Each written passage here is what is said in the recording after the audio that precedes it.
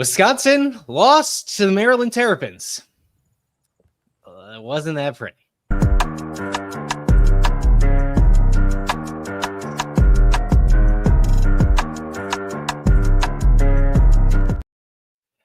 It is Talkin' Badgers, powered by BadgerNotes.com. You can follow the show at youtube.com/@TalkinBadgers if you are listening to this after the fact. If you are subscribed on YouTube, you know that the show is live right now. It is 3:30 p.m. Central Time.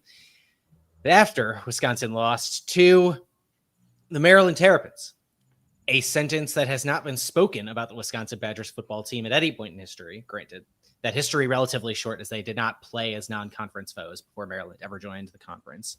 But alas, a loss, and a pretty decisive one at that.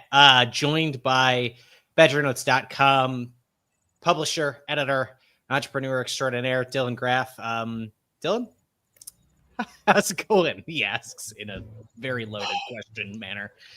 They are, unfortunately, who we thought they were. All more I got to say on that one right now. That they are, and I do want to offer a look back before we get in here, because I think it's valuable. A little bit of a previously on Talkin' Badgers segment here. In one moment, thoughts about Billy Edwards and the return game against the Maryland Terrapins in Madison, the Big Ten opener.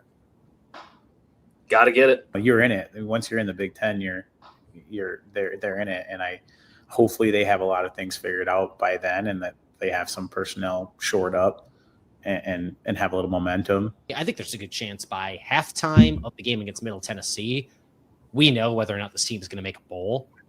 If you don't know then, I think you know by the end of this game for sure. I think that I would totally agree with that assessment. Like, if, I would like to think that Wisconsin is capable of beating a team like Maryland by double digits. And I would say that I kind of hold that expectation. And if that's not, what ultimately we're seeing, then some of the games that we'll get into kind of coming up here, like, it's really hard to walk into those with really any amount of confidence. If you lose to Maryland and then you look at what's coming next in the following 4 weeks, quit watch might happen really early in Madison.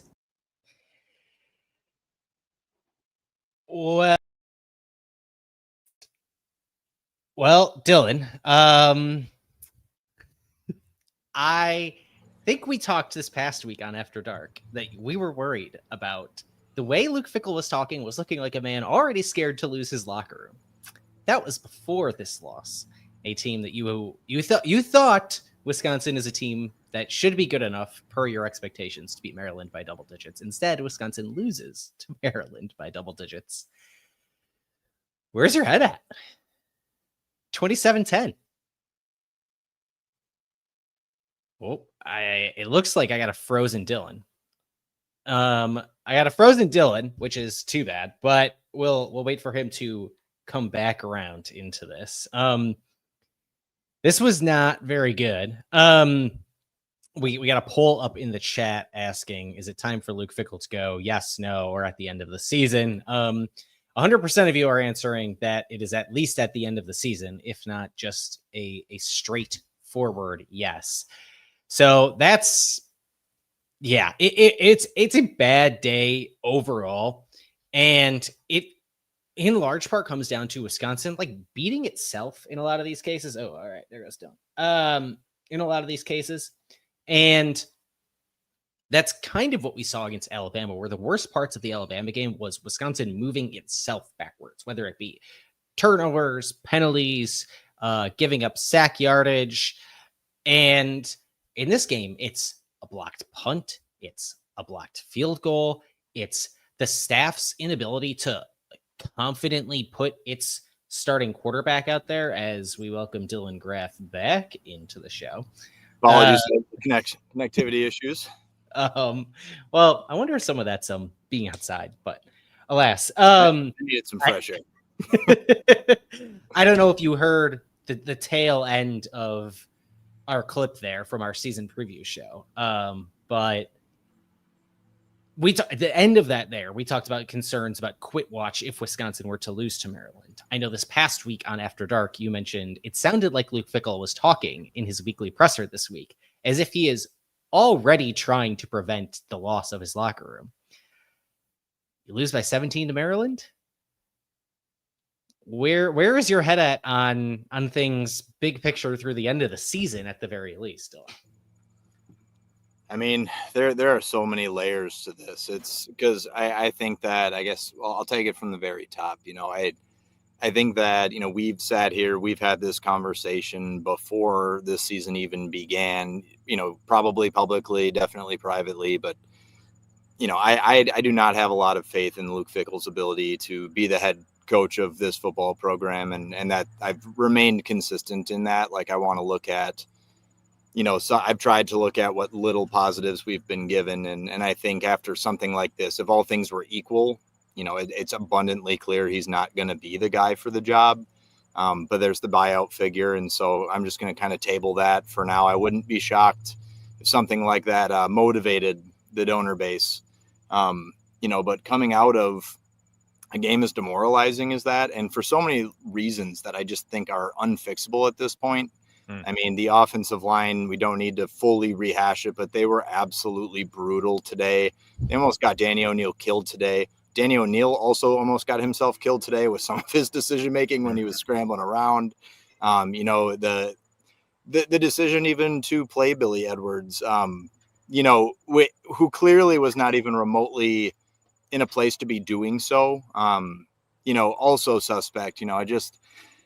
There are so many layers to where we're at right now, not just after this game, but to this point in his tenure. But as it pertains to the season, what are you going to do?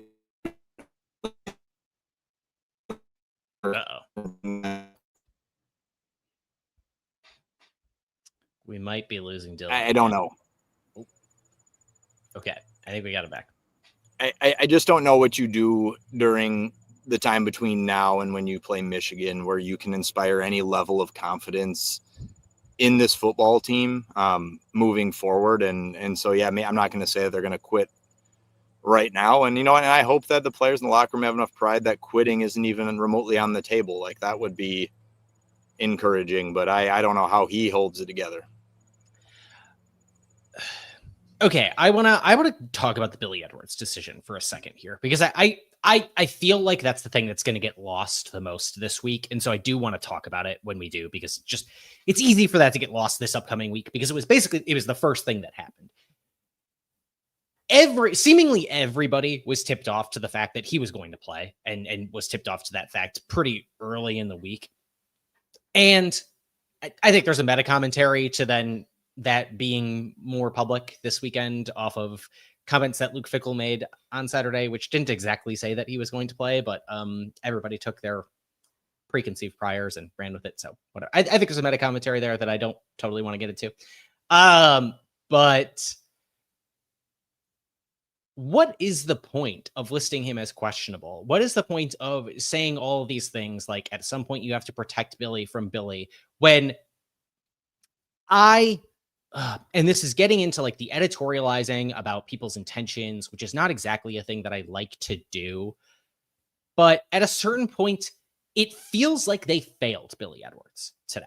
It feels that they did not do what was necessary to protect Billy from Billy. It didn't feel like they did the minimum of protecting Billy from Billy. Yes, when he was out there, he looked solid for the most part. He was fine handing off the ball. He had, that little intermediate throw to Trutch Kekahuna, which nice catch and run from right side. Trutch Kekahuna still fast. But for him to just pretty clearly come up lame relatively quickly behind an offensive line that for 60 minutes showed itself incapable of performing at a passable level if you are going to trot out a less than 100% healthy starting quarterback. This coaching staff failed Billy Edwards today, among several failures. you're definitely not going to hear an argument out of me. He lasted 6 offensive plays. I mean, even where he planted and got hurt, like it was, yeah, of course it was enough to tweak the injury, but it wasn't like that came at the cost of some sort of freak play where, you can just be like, they know that could have happened to anybody. That was not the case. And, and you also, fair or not, there's a layer of understanding the offensive line you're working with too. And so putting him out there when it's iffy, even at that point, knowing, that they're going to have to be able to improvise a little bit. They're going to have to buy some time. The game plan can't necessarily be just get the ball out of your hand immediately every time and run all these different screens and things. Like I agree with you. I think that they did not do Billy Edwards any favors.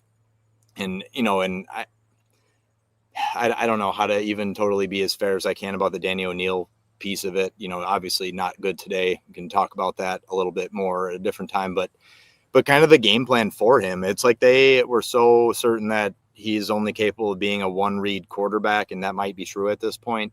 But a lot of the designed runs from him and just putting him in a position to be getting hit as often as he was. And I do think some of that was him not being all that confident and just taking off too, but coming out of the gate, just putting him in a lot of those positions. I quite frankly, I don't know. I don't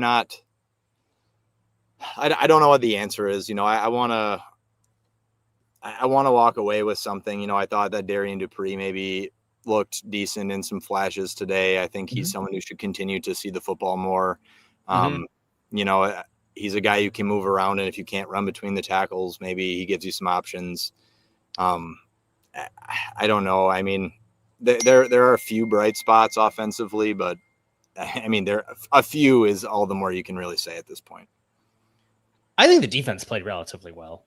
Yeah. Like for the first 30 to 45 minutes, maybe a little bit shorter than that, but like I thought the defense did pretty well, minus the fact that in back-to-back weeks now you've given up a 98 and a 99-yard touchdown drive. That's a backbreaker. Granted, both of those touchdowns coming on big explosive plays, but again, like you allowed those big explosive plays. One of them, Sans Preston Zachman back there to help you out.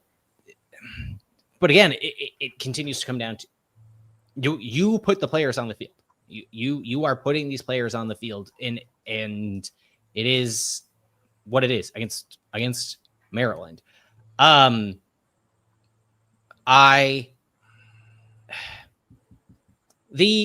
conversation about like effort and quitting and whatever, like I don't know. I kind of want to put that aside, but I think it serves as a half decent parallel to the thought that when you watch this team go down early, there's just no belief that, as a relatively neutral observer, as someone who's not there in the locker room, right? But as someone who's like, I've seen this before, there's no belief watching this team week over week that you're like, okay, I see the path to where they can come back from here. They are, dating back to last season, they are 0 of 6 in games in which a power conference opponent has scored first. 0 of 6. And that's huge for a team that is not a world beater, isn't going to smash somebody in the mouth first because they just have better talent. Against teams you're comparable to, let's call it the 3 rivalry trophy games: Minnesota, Iowa, Nebraska. Wisconsin has played all of those teams twice in the Luke Fickell era. Those teams have scored first in 5 of those 6 games. They play 2 of those teams this year. You're going to tell me that if Wisconsin fails to score first in that game, it's just over? This team let Maryland score first and then just packed it in. I don't want to say packed it in from a effort standpoint, from a belief standpoint, but just it never felt like there was even a chance. And when they even had a chance in the second half, you kick a field goal deep in, not deep, but like in Maryland territory. Danny O'Neill takes a 19-yard loss on a sack. So then you're punting from the Maryland 40 when you have a chance to at least get the game back to 2 scores.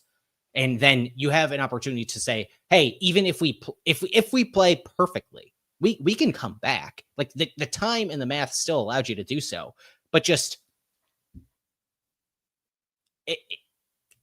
I don't know. I know I'm on a rant, Dylan. Please save me from myself. No, I think that this is a theme. I mean, ultimately, in any game of any type of consequence, it seems like we find ourselves questioning Luke Fickell's decision making when you take a step back. Like it's a level of conservative that borders on just complete irresponsibility. Like you have to understand the situations that you're in, the team that you have, the things that you're up against. Like this is not a team that can give up on any single drive. That when you're down 3 scores and then you kick the field goal to leave yourself down 3 scores, like what in the absolute world are we doing here? Like I understand maybe you don't have a huge layer of confidence that you're going to convert, but what is taking 3 there do? I mean, what did you do? Save yourself from the shutout? Like that might, at that point, you know, I don't know if that's a reason. Obviously you'd never own up to it. Like that's insane. But just I don't know. The decision making from a coaching standpoint is really hard to defend.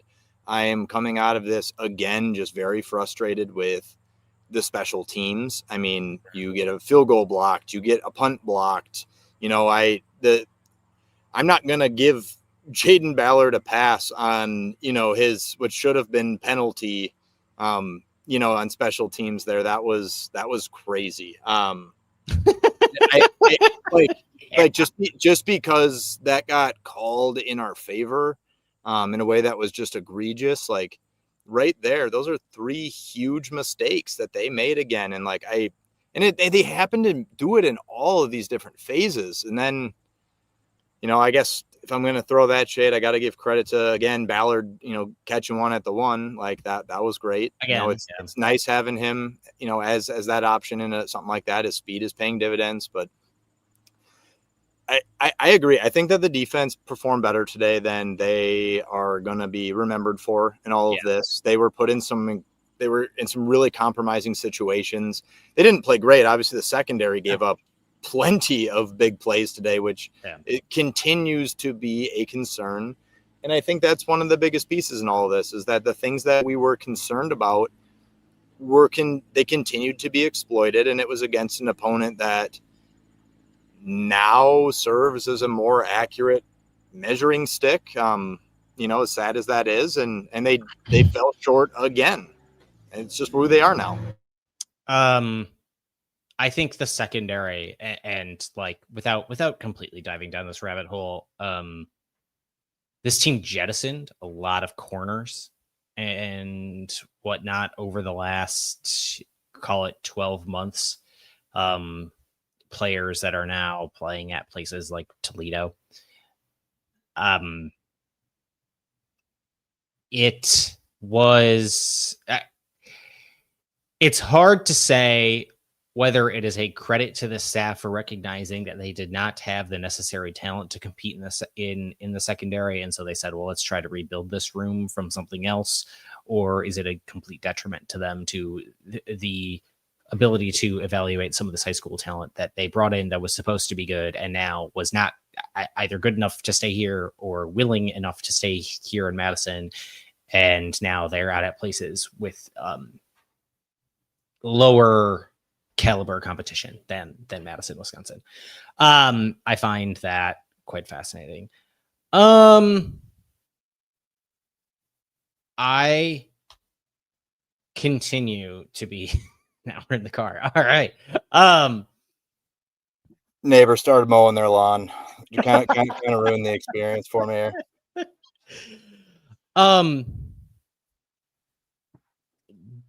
Dylan, I want to ask, because I have been kind of going down this rabbit hole over the last week, and I wanted to write a column about it, but don't really know the way to write about this other than just like, hey, look at these drive charts. The completely botched end to the first half again. You come away with no points and allow Maryland to march down the field. And meanwhile, you are like Luke Fickell, unable to decide whether or not you want a timeout when you have the ball, go for it on 4th. And then Maryland ends up getting the ball, and you are like desperately trying to get the clock to run. Just like complete inability to like seemingly make the decision in the moment, and then you tie that back around to against Alabama, you're down multiple scores, you get the ball with 45 seconds left and 3 timeouts, and you curl up and walk off the field. Against Middle Tennessee, you have a little bit of a disaster the last time you touch the ball, but then you get the ball back with a small lead and the ball going back to your opponent in the same case as against Alabama, same case as against Maryland, in the second half, and you curl up with 3 timeouts and a minute left in that game against Middle Tennessee. The like cursory, I was pouring through the numbers, pouring through drive charts. I think over the last year and change, Luke Fickell has done really well in like giving his offensive coordinator and quarterback the ability to orchestrate 4-minute drills. Once he gets under 2 minutes, it's like a disaster. Like it doesn't make any sense. It's punting from plus territory over and over and over again. It's not using timeouts in your back pocket. It's nonsense. And it's just, it's in the same way that I'm like, I don't want the Billy Edwards conversation to get lost because that's a coaching decision. I don't want that conversation to get lost because again, that's like that and the,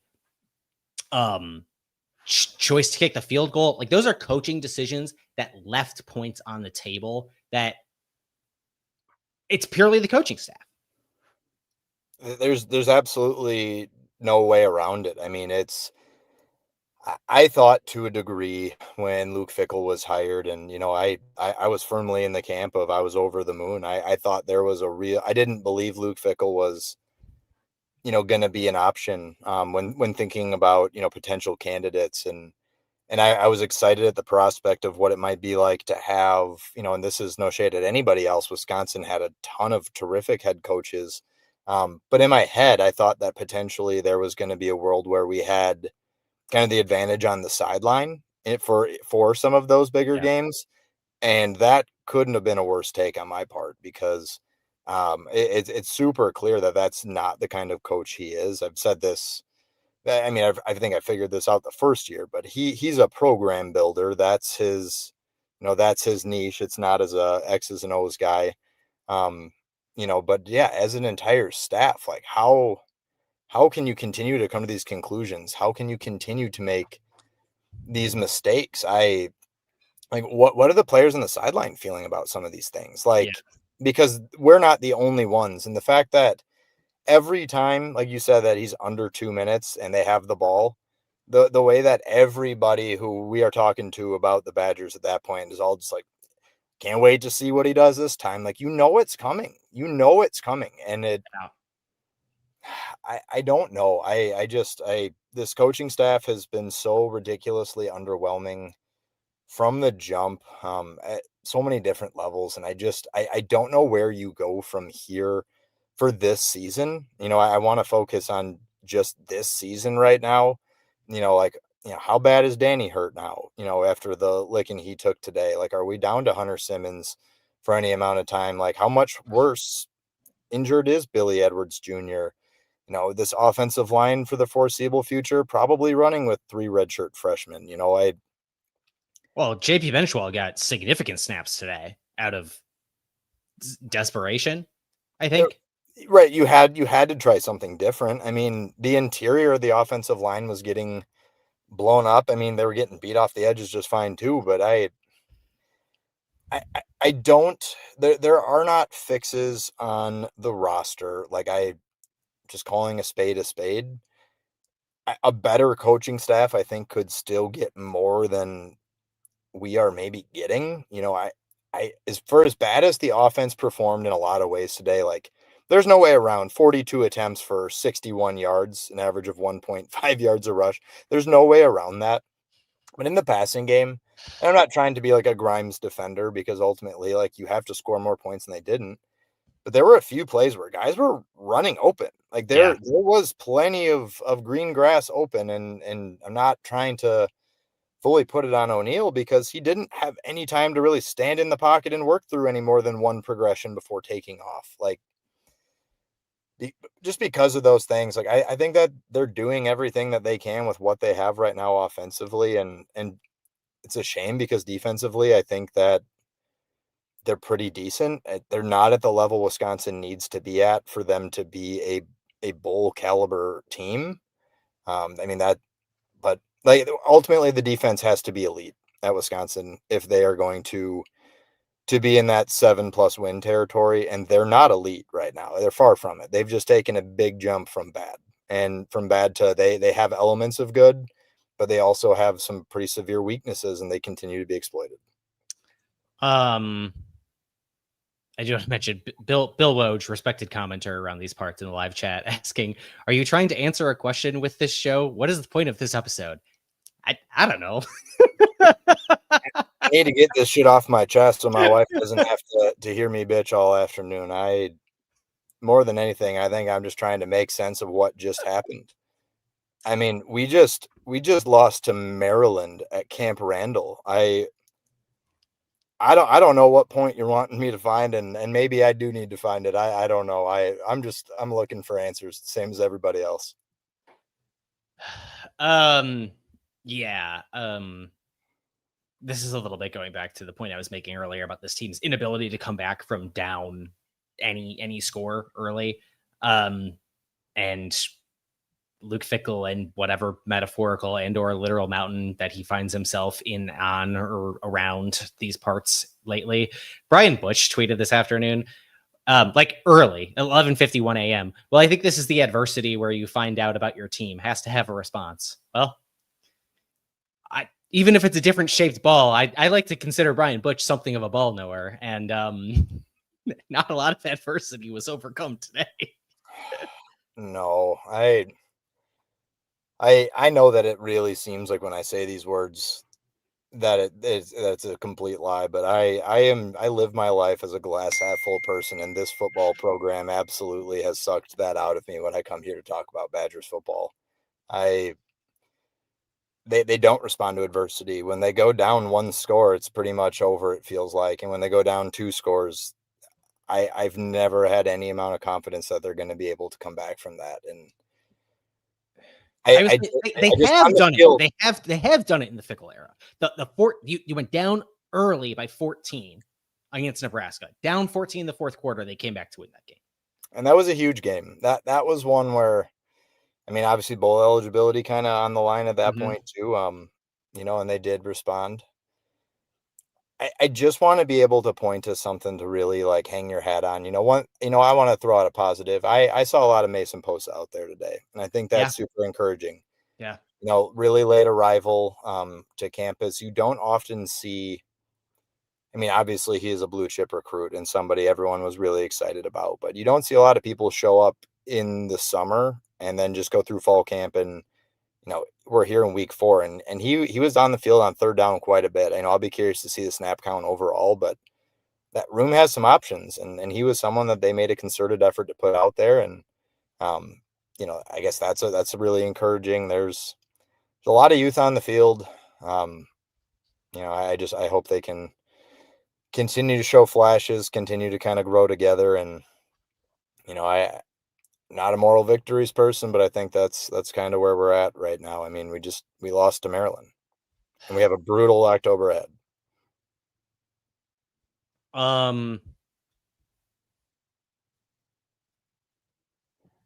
This, I cannot understand why people want to like completely diagnose which loss is worse, because I think the fact that we have to keep asking the question is kind of answering the question. But if we're talking some of these disastrous losses over the last few years, right? Illinois 2022, Northwestern Indiana 2023, Minnesota 2024, Maryland 2025. Like, you got a favorite? Got a favorite rock bottom? For me, and I've maybe even shared this on this show before, but for me, that rock bottom was the season finale last year. My youngest was born the day before the game. We're sitting there in the hospital, I holding her in my arms, and I told her, the importance of the Axe game and what she was going to see today. And I watched a team just lay down like a bunch of lap dogs and take their lashings. And made a liar out of me in her first 24 hours of being alive. And so that was a tough look. But I do think that today was the straw that broke this camel's back, admittedly. I think so too. I just in the sense of like this feels like the loss where I can understand the case for positivity in 2023. Right? It's the first year of the new regime. You're trying to flush a lot out. You're trying to get better. I get it. I can understand the case for positivity in 2024. It's, for as much as Tanner Mordecai was banged up in 23, they lost their preferred starter for basically the entire season for all but your automatic result games in 2024. You had Braden Locke at the helm, and I get it. And I know you and I can talk until we're blue in the face about the number of years in which Wisconsin has relied on its backup quarterback. I know you have your metric. I know what I go to is Wisconsin has needed multiple starts from its not preferred starting quarterback in 5 of the 10 seasons that preceded Luke Fickell's arrival on campus. Like I could talk about that, and I think it is, which means I don't think it's an excuse. But I can see the case for like continued positivity through 23, through 24. I really struggle to understand the year-over-year path forward at this point, unless you are a true believer in the recruitment, in the development. But this is year 3. And so much of this is these guys who have been recruited by this staff, who have been developed by this staff. And what we're talking about is, these redshirt freshmen have not shown up. They're this staff. And I get that they are relatively young, but like at a certain point, you have been chosen to stick around because they can't bring in somebody better than you, or because you are the best option. And so it is difficult for me to continue to make excuses, to come up with reasons why you move forward. So I like, not to say that things can't get worse, because I think we are going to be feeling worse about this team over the next month than we are now. I think that's the case, but I think the relative baseline is lower now than it has been, just in the sense where the trajectory up, if we're talking about the mountain, feels a lot steeper than it has been before this week. I mean, 100%. I think that anyone who was looking at this season with an ounce of just objectiveness, they knew that we were not going to be judged on the games against Alabama, against Ohio State, probably not Michigan, definitely not Oregon. They were going to be judged upon the games like later in the season, the Minnesotas, the Indiana, Illinois. I think we reached a point where we realized Maryland needed to be a part of that discussion. They had a good start against some throwaway programs, but ultimately we didn't know enough about who Wisconsin was, and so we added Maryland to that discussion. And when you look at the totem pole of the Big Ten right now, it's really hard to pick more than just a couple of programs that we would rather be in our position than theirs. And I agree, we are going to end up feeling worse about this. I mean, because we have not seen, and I'm not saying they can't, I'm hopeful that they do stick together, but we haven't seen Luke Fickell teams stick together, fight through adversity, come out ahead, show those different signs of life. Like, we haven't seen that. And so I just don't know. A loss like this, it lowers the floor. The floor has never really been lower. And that's the part I think a lot of people took for granted. Yeah, I think that's the case where, like, even if we want to take it back to, like, if we want to narrow the aperture in the conversation again from the greater scope of the Fickell era or whatever to just this season, the floor is certainly lower. And that was, we played back the clip from the season preview show, which was thoughts about Maryland, and the first words out of anybody's mouth were Ryan saying, "Gotta have it." Like, this is a game you gotta have if you want to get to a bowl. And unless something miraculous now happens, you're looking at you got to find 4 wins, and your 3 best case ones are probably Iowa, Minnesota, Washington, and you're probably not a favorite in any of those games. And then you got to find another. Yeah, and even entering the season, when I carried a little bit more optimism just in terms of like what the product would look like, I was never all that high on the win-loss total. I mean, I sat here and said I think that they would make a bowl game, but I couldn't come up with what that 6th win looked like, and that was when I was carrying more optimism about what was possible, and that was before I had seen the uncomplimentary football, between all 4 phases. And I don't know. I want the same thing everyone else does. I want to see Wisconsin win football games. It's a lot more fun to be a fan when the Badgers are playing decent football, when they can compete against anybody, when they lean into an identity. I'm not sure they can overcome the architect at this point.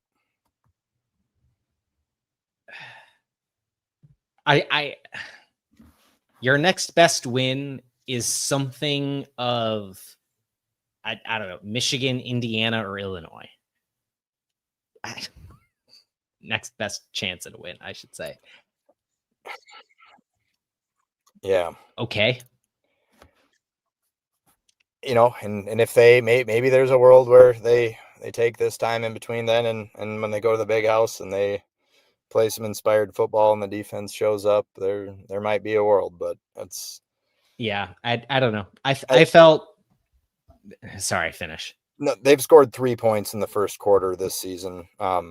So I just have a hard time believing in that hot start, because if they're playing from behind, I don't believe they can win a game. I asked the chat what rock bottom was for them. Illinois 22, Northwestern 23, Indiana 23, or Maryland 25. I did not squeeze in Minnesota 24 in there, so I guess I don't know for sure, but nobody's even voting Illinois 22. So I guess it's all been. And what's crazy is at that point that felt like that felt like what rock bottom was gonna be, and I understand that the entire college football landscape has changed, between then and until now. Like, everything is different, and so it's not totally apples to apples, but even still, in those moments, it felt kind of unfathomable that we had reached that point. And right now, it seems borderline unfathomable, at least as currently constructed, that we can get back to that point, of a 7-6 team that was offensively challenged. I don't know, and I also like. I guess the one thing I will say is, like, I know that there is a contingency of people who wanted Jim Leonhard hired. I'm not even saying there's anything wrong with that, because I think we were all at peace with it in the moment. I still think that, in terms of process, he was probably the right hire, the one that a lot of teams in Wisconsin's position would have just absolutely killed to make. Yeah. And it didn't work. He was a hot, top of the board kind of head coaching target, and they were able to land him, and it didn't work. And this kind of thing happens at different programs across the country, big ones as well. I mean, look at Michigan before they kind of got it figured out. And even that required a lot of patience along the way that the fan base didn't have. If it was up to them, they probably would have never had Harbaugh reach the point where they won a title. I'm not suggesting Wisconsin can turn things around in terms of ever becoming maybe a title contender, but conversation for another day. I think Fickell was a good enough hire at the time. I was excited about it. I was a believer in where they were potentially headed, but it didn't work out. It hasn't worked out. No, and I think you're totally right. Both things can be true. It was the right decision in the moment, and it can be true that it's just simply not working right now for whatever reason. And I just, for as much as I have been, I think the down voice in a lot of the Badgers landscape, take a sphere, certainly not the most down, but one of the most down. I still I can, like I said, if you are a real believer in the staff's ability to recruit, like, I can get the case. I can get it, especially because you just say, like, you have to just throw out the 2 years of Phil Longo. I can get it. But at a certain point, there was nobody at that game today. That was wildly empty for a game in September. Like, I could understand this has been a disappointing team. It is a Friday game. It is a record cold game against Minnesota in 2024, and everybody leaves after halftime. I can get that. But wow. It was really empty, and at a certain point, dollars talk. Makes you wonder. I mean, attendance numbers are way down. Obviously, the season ticket holders, pretty big deficit there. I don't know. We'll see how reactionary the powers that be maybe are. I don't know. My stance to this point has kind of continued to be, it's a large figure. To cut bait, to move on. I'm kind of, as much as I'm not a believer that the ship will be turned around. And I guess if the important decision makers believe that as well, none of what I'm about to say is, even a worthwhile comment. But at this point, I think all you can do is weather the storm, continue to try to develop some of the younger talent on the roster, give them an opportunity to grow, understand we're going to take our lumps, and hope, like you said, that, in a brighter tomorrow, between the recruiting you have done and some of the people on the roster being able to take big jumps and hopefully do it together, give them all of next season, maybe see what comes of it. But it just feels like with every new candidate for rock bottom, it also feels irresponsible to even just grind it out. And so, like, I am somebody who's I've been able to see the path forward with Fickle. Like, I understand those cases, and I haven't even been in the camp of, it's time to fire him. Right. Neither have I. I just, it becomes harder to justify, that potential future. So maybe coming out of the bye, we see some more of the young talent, and they really lean into getting them the experience that they have and giving them the runway to grow together for a handful of years. If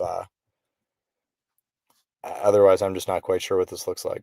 Yeah, the financial realities really are stark. I mean, it's $25+ million. It's the second largest, and that's I think the December 1st number. That's the second largest college football buyout of all time. Yeah, well, I'm guessing that's behind Jimbo Fisher. Yeah. Yeah, his was good for Jimbo. Good for Jimbo's agent. Just the reality of potentially paying that money. I mean, none of us, all we can do is speculate on whether or not that type of money is there. But then you have to turn around and go pay another head coach, a chunk of money that you're going to feel good about, depending on where you're viewing the future of your program trending. You still got to put money into the roster in terms of NIL dollars. There's just and you're already paying the buyout of Phil Longo, who was at the time the highest paid offensive coordinator in program history. And then theoretically, you're paying a new buyout for Jeff Grimes, who is now the highest paid offensive coordinator in program history. Yeah, there's a lot of financial ramifications, and it sucks. Today was not fun. I did not have fun watching football. That's a tough thing to be saying this early into September. We lost to Maryland today. That's a thing that really happened.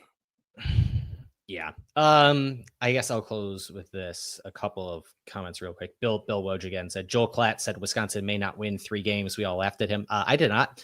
Cujo162 says, Kedrick, they already knew we were asked. Listen, to both of you, I predicted this team to win 4 games. Nobody was laughing. I did not do any laughing down at Joel Klatt. I'll leave it at that one. Predicted them to win 4 games. And first they came for Joel Klatt. And they came for me. All right, that's gonna do it here.